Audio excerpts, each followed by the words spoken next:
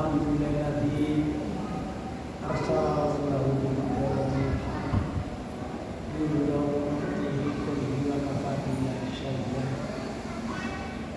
Asyhadu an la ilaha illallah wahdahu la syarika lah wa asyhadu anna Muhammadan abduhu wa rasuluh. Allahumma shalli wa sallim ala sayyidina Muhammad wa ala alihi wa sahbihi wa man tabi'ahum bi ihsan ila yaumil qiyamah. Bapak-bapak, ibu jamaah sholat isya dan sholat tarawih wajib kembali yang dimuliakan Allah Subhanahu wa taala. Yang pertama, kita bersyukur kepada Allah Subhanahu wa taala atas segala kenikmatan yang telah diberikan kepada kita sekalian. Dengan kenikmatan dan kemuliaan itu, kita pada hari ini di bulan ini pun juga dimudahkan untuk bisa melangkahkan kakinya ke tempat yang sebaik-baiknya dalam rangka usaha menambah amal kita untuk mempersiapkan kehidupan yang akan datang, yaitu kehidupan setelah hidup ini, yaitu kematian. Dengan usaha apa? Yaitu dengan usaha menjalankan perintah Allah yang berupa sholat isya berjamaah. Sholat adalah perintah Allah, jamaah adalah sunnah bagi Rasulullah. Kemudian kita mengikuti qiyamul lail. Kalau di bulan Ramadan namanya tarawih. Kalau di luar Ramadan namanya qiyamul lail. Alhamdulillah bisa kita laksanakan kanthi khusyuk, tiada adanya gangguan. Harapannya kita usaha kita mendapatkan ridho Allah Subhanahu wa taala. Salawat dan salam kita aturkan kepada kita Nabi Muhammad SAW. Juga salawat kita aturkan kepada keluarganya, sahabatnya, dan juga kepada orang-orang yang selalu setia.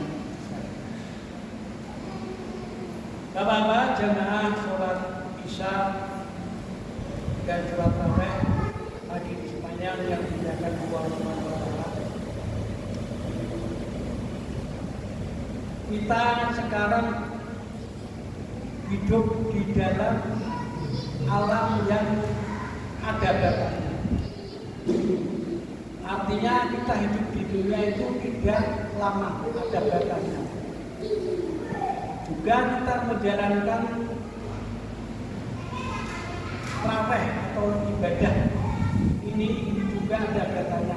Yang lain maupun saum Ramadan. Kalau saum Ramadan kita mulai di tanggal 1 sampai selesai, itu 1 bulan. Kalau kehidupan di dunia ini, kita setelah dilahirkan oleh Allah melalui perut sang ibu akan diberikan batas waktu, yaitu dengan adanya ajal yang akan dijemput. Yang ajal itu tidak tahu kapan kita akan datangnya ajal itu. Maka pandai-pandailah kita untuk menyikapi waktu itu, yang seakan-akan kita tidak tahu kapan kita akan dijemput. Kemungkinan pada bulan Ramadan kemarin kita bisa ngobrol, bisa sholat jamaah pada teman-teman kita. Sekarang sudah tidak ada. Mungkin tinggal tunggu giliran kita. Maka perlu persiapkan amalan-amalan kita untuk amalan kehidupan yang akan datang, yaitu kehidupan akhirat. Maka pada kesempatan hari malam ini saya ingin menyampaikan pandai-pandailah kita di dalam menyikapi waktu. Waktu yang sedikit kalau kita tidak bisa menggunakan, maka kita akan rugi. Dalam sebuah hadis yang diriwayatkan oleh Al-Hakim yang mungkin panjenengan doyo sudah pernah dengar. Mungkin yang belum dengar, mungkin pada malam ini akan kami sampaikan. Mungkin yang sudah jelas, ini akan kami perjelaskan agar kita berhati-hati di dalam mengarungi kehidupan yang fana ini, yaitu hadis yang berbunyi Iqtanim khamsan qabla khamsin sababaka qabla harumika wa sihataka qabla saqamika wa ghinaka qabla fakrika wa faragaka qabla syukrika wa hayataka qabla mautika. Artinya kurang lebih demikian. Iqtanim khamsan qabla khamsin. Gunakanlah 5 perkara sebelum kamu menghadapi 5 perkara. Karena kehidupan di dunia itu ada 2. Ada hidup, ada mati. Ada siang dan ada siang. Yang satu adalah sababaka qabla haromika. Ini khususnya kepada para pemuda. Gunakanlah waktu mudamu sebelum kamu menjadi tua. Karena waktu muda itu masih muda, waktunya masih panjang. Kalau kita ukur secara umur manusia secara umum, kadang-kadang masih muda bisa meninggal saja.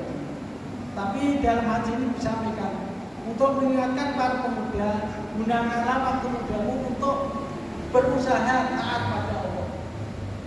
Kita mempersiapkan kehidupan yang akan datang maupun kehidupan yang akan tua maupun kehidupan yang akan datang. Dengan apa? Berusaha menjalankan perintah Allah Subhanahu wa taala. Karena masih muda itu masih semangat, badannya juga masih fit. Mungkin untuk membacakan atau membaca Al-Quran masih jelas. Kalau orang tua belajar Al-Quran kadang-kadang terbata-bata karena kurang biasa. Tapi kalau masa muda, insya Allah akalnya itu masih mudah untuk menangkapnya. Maka untuk mempersiapkan itu masa muda harus semangat untuk mempersiapkan masa muda agar di masa tuanya tidak akan merugi. Karena waktu yang sudah kita lalui tidak akan kembali. Waktu adalah ada 3. Waktu yang kemarin, waktu sekarang, dan waktu yang akan datang. Mungkin waktu yang kemarin kita lalui bersama. Kita berbuat apa saja, tidak ada catatan di malaikat Allah Subhanahu wa taala. Hari ini Allah kita perbaiki untuk menghadapi kehidupan yang akan datang, yaitu kehidupan akhirat. Peringatan yang kedua, wasihata qabla saqamika. Gunakanlah waktu sehatmu sebelum datangnya sakit. Manusia itu kalau sudah sakit, baru kesehatan terasa. Oh, nikmatnya kok sehat kok. Misalkan kita sudah dikurangi 1 kenikmatan saja, nuwun sewu, orang tua sudah kakinya kena asam urat, mau ke masjid, Bu, sampean ora tau masjid apa aku sikil kula ra iso. Bagi muda jadine sibuk dengan kesibukan dunia. Maka gunakanlah waktu sehat. Sehat itu harganya mahal kalau dibandingkan dengan ketika kita melihat orang di rumah sakit. Maka gunakanlah waktu sehat itu untuk apa? Untuk selalu taat pada Allah. Maka waktu sehat itu waktu yang lebih utama. Kebanyakan manusia melupakan kesehatan itu dan kesempatan. Nikmatani makmunun kasirun minan nas as-sihat wal faragh wa 2 ada kenikmatan yang sering dilupakan kepada manusia, yaitu kenikmatan sehat dan kenikmatan sempat. Ketika sehat, dia mau melangkahkan masjid alas-alasan. Walaupun rumahnya dekat, tapi kenapa melangkahkan kakinya cuma sebentar, tidak ada 1 jam bisa.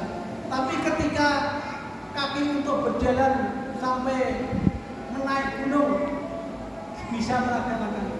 Mengapa bisa terjadi seperti itu? Karena di hatinya tidak ada iman.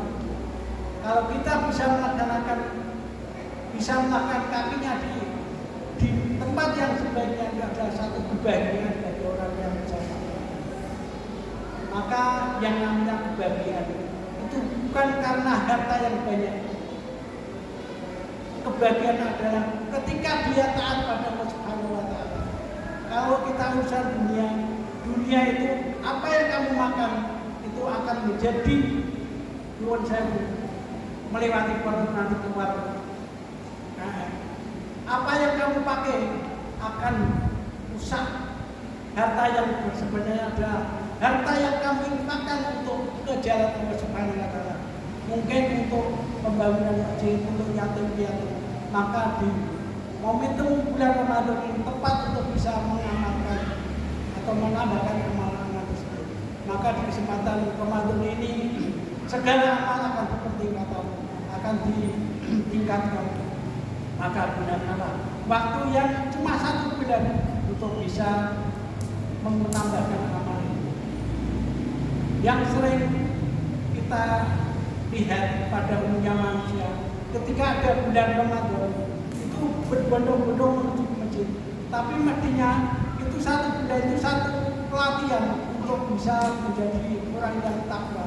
Tapi untuk selanjutnya mestinya harus kita gunakan setelah Ramadan. Jadi efek daripada penataran di bulan Ramadan itu ada setelah Ramadan.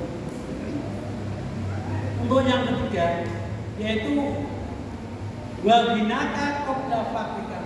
Gunakanlah waktu kayamu sebelum fakir.